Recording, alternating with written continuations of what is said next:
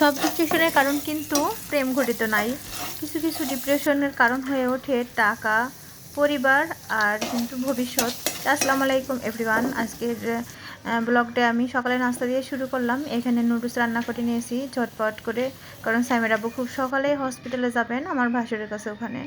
তাই ঝটপট বলতে এটা ছাড়া আমার কিন্তু আর কিছুই মাথায় আসে নাই।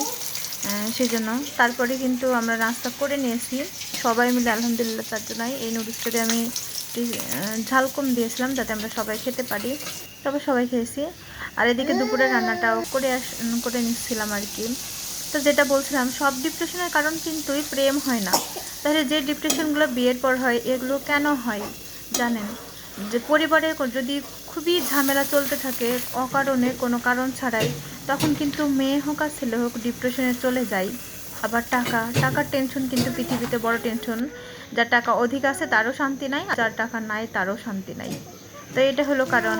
আর এই টাকা আর সংসারে শান্তি না হলে ভবিষ্যৎটাই অন্ধকার। এইসব কারণেই কিন্তু একটা মানুষের জীবন নষ্টের দিকে পা বাড়ায় আর কি, নষ্ট হয়ে যায়। এটাই মূল কারণ।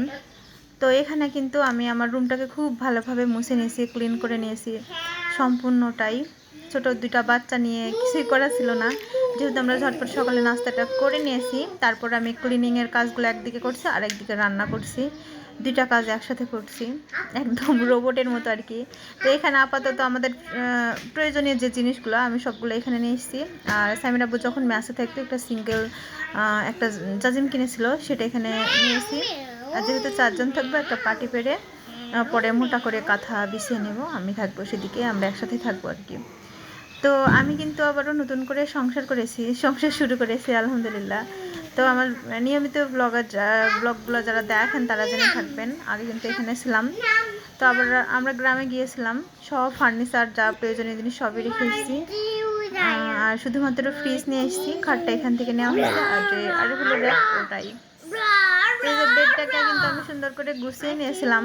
তারপরে সাইম বেবি ওর কিছু কিছু খেলনা নিয়ে এসেছে, এখানে খেলুক ছোটো মানুষ, আর সেটা যখন তো আবার একটু সুন্দর করে গুছিয়ে নেব। যেহেতু রুগী থাকবে এখানে, অবশ্যই তার যেখানে থাকবে সেটা পরিপাটি হতে হবে। তো আজকের ভিডিওটি পর্যন্ত। আপনারা অনেক বেশি ভালো থাকবেন, আমাদের জন্য দোয়া রাখবেন।